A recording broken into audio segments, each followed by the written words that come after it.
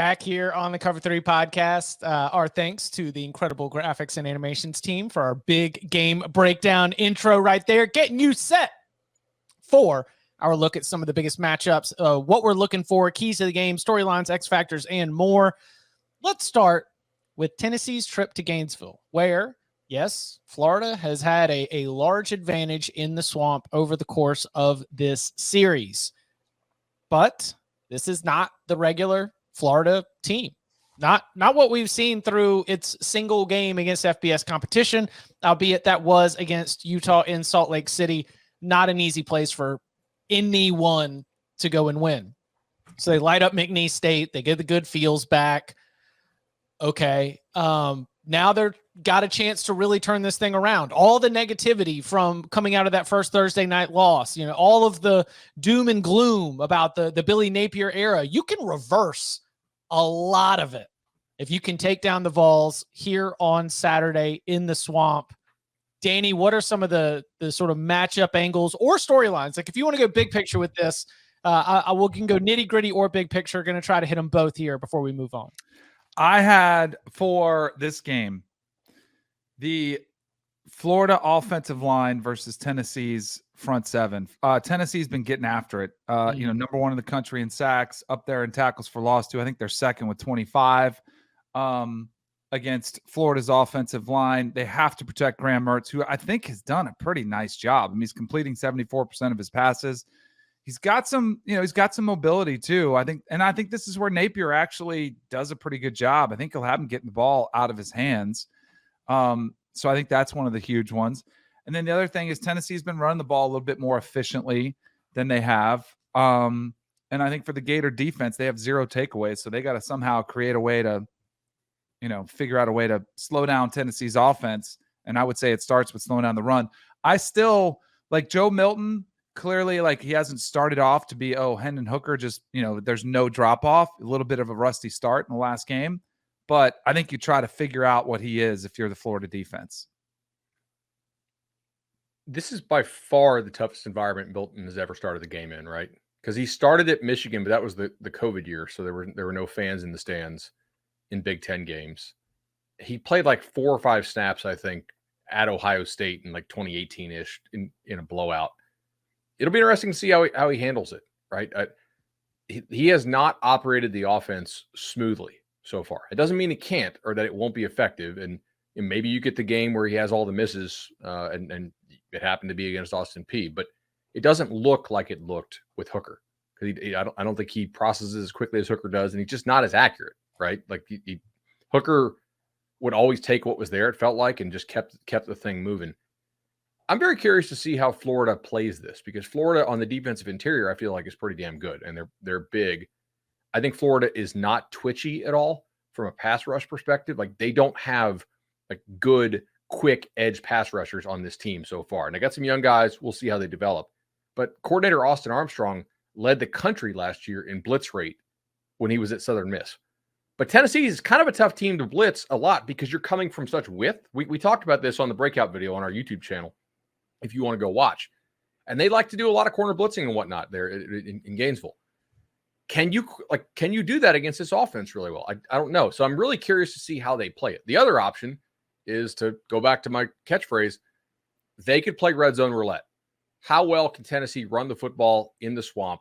Can you get them off schedule a little bit? And then they get down there, the compressed area. I do think that Florida could be a pretty good red zone team because of the size that it has up front. That's kind of what they did to Utah last year when they won the ball game. So I'm curious to see. Georgia last year didn't try to pattern match Tennessee at all. They just dropped a lot of guys, and they actually won playing kind of a lighter box, right? And they said, okay, we're going to beat you and play a man down in the box base, a man like -1 a man, not like a man down depth wise. That's interesting to me. Like I don't know what they're going to do. Maybe they'll mix it up some, obviously, but Milton has never really handled like people around him and pressure well, and doesn't. He holds the ball quite a long time. But yeah, on the other side, Florida's offense just cannot have mistakes. Because they don't have the talent to overcome mistakes. They have to be really clean and play really slow. Oh, man. It's the It's Wow. spreading. the mute button. Mute Got button. Got him. Sorry, I've got phlegm, so I've had to clear my throat a lot. So I'm muting the mic. No excuses here. You remember last year, like when Tennessee finally like really grabbed national attention when it beat Alabama. The one thing it did in that game repeatedly was burn Alabama deep. Jalen Hyatt just bomb after bomb after bomb after bomb. And that was the theme of Tennessee's offense all last season. Hendon Hooker was killing people. In comes Joe Milton, who's got the crazy rocket launcher arm. But yet, if you look, last year, Tennessee ranked 10th nationally in explosive pass rate at 20.1%. Do you know where Tennessee is right now after a couple games? Oh, like 50? 99th Woo! in explosive pass rate at 12.1%. Joe Milton is averaging 6.8 yards per attempt because you know what's more important in this offense than having a really strong arm? Having an accurate arm. And that's what Hooker had that Milton does, and it has really impacted their ability to move the ball. So going to like what Bud was saying with Florida, I think he's right. They can play red zone roulette in this game because to this point, Tennessee hasn't really shown the ability to beat you with the big plays over the top to make short drives. They have to go down the field and get into the red zone, and that's where Florida's been good because defensively overall, they've been very solid. They're top 4 in defensive success rate. Now, Tennessee, as Danny was mentioning, has been far more disruptive, but also Tennessee played Austin Peay, so I don't know how much you can really put into that at this point. It's just, I am not high on Florida. Like, what I have seen from the Gators so far this year does not make me think this team is going to win a lot of games. It's going to be all like very successful.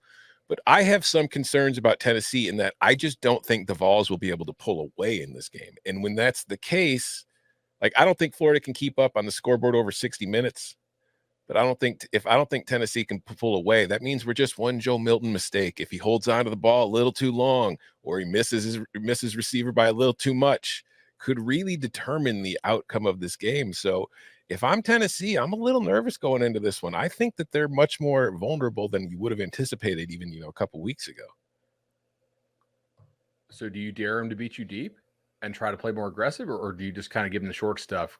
Because he's kind of missed some of the deep stuff, and Tennessee's had some drops for sure. Mm-hmm. I think early in the game, I would be aggressive. And if So I have to adjust after that, Yeah. If I have to adjust, I adjust. But early in the game, I'm coming, especially because the game, I'm coming early. I'm going to make him do it. The other aspect of this is your defensive plan probably has to be sort of correlated to your offensive plan. Like, do you think you can block Tennessee's front? Do you think you can score enough points without turnovers, right? Like, what does Florida think it can score without turnovers? 17? Mm-hmm. Yeah. I was going to say not more than 24. Yeah, because this offense is like not good, right? They clearly, like, they missed on some of these transfers they took on the O-line. They're using a lot of true freshmen at receiver. Mertz is one of your better players on offense, and that's a major problem. Y'all's read of the game is screaming under, by the way. Like, the way that Florida wins this game is to keep it in the 20s. But it's entirely dependent on pace. If Florida scores early, right, then this game could go under because they try to sit on the lead. If Tennessee gets up, Tennessee will not slow down, and then Florida can't play this, like, basically service academy pace that they really want to play, and they have to throw the ball more, and then Mertz starts throwing picks. There's a couple of spots. Oh, go ahead.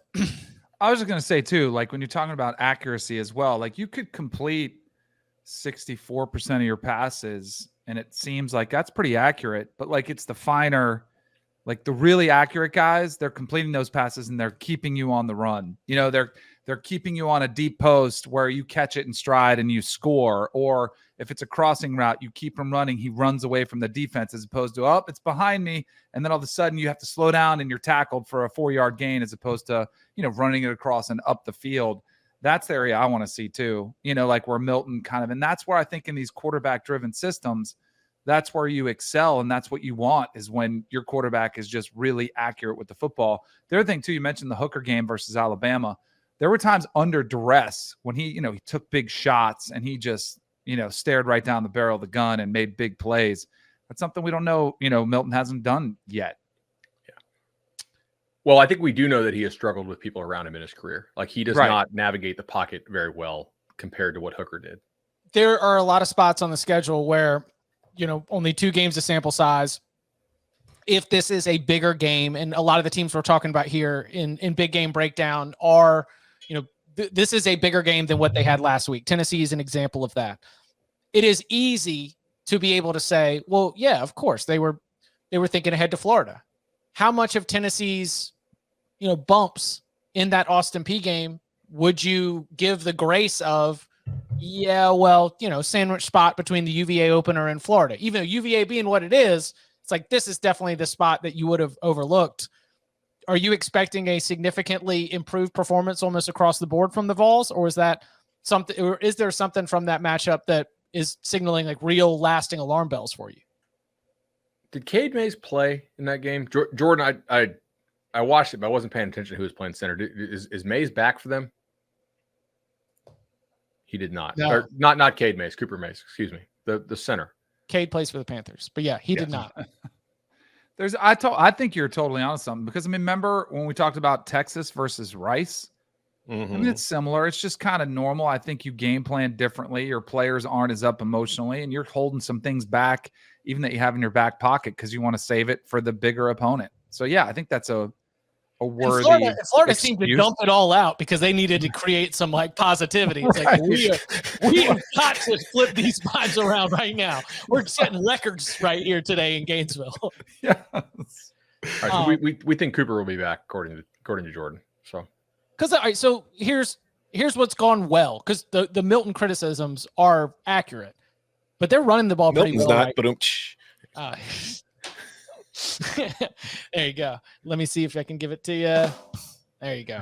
All right. Like Jalen Wright and Jabari Small is a pretty good 1-2 punch, right? And that ground game is rolled up over 200 some odd yards, averaging about 5-7 yards a pop. Like that's a pretty good thing to have in your back pocket to be able to take it on the road. I don't know, man, I'm very curious to see if Tennessee really, because if Tennessee goes in and loses, and 6.5 point spread means it's not crazy that Tennessee would lose, we're taking Tennessee and doing the same thing that we did with Alabama, doing the same thing that we did with LSU. You are not in that upper tier. It is going to be Georgia and then a wide gap. And it may already exist, but at least in terms of the way that we look at it. So I'm very excited to see if Tennessee is going to be able to go in there and flip around some of the results that it had against Austin Peay.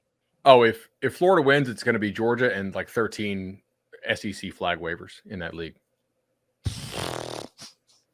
I love going out just with a flamethrower to the Southeastern Conference. The theme for the 2023 season is the SEC stinks.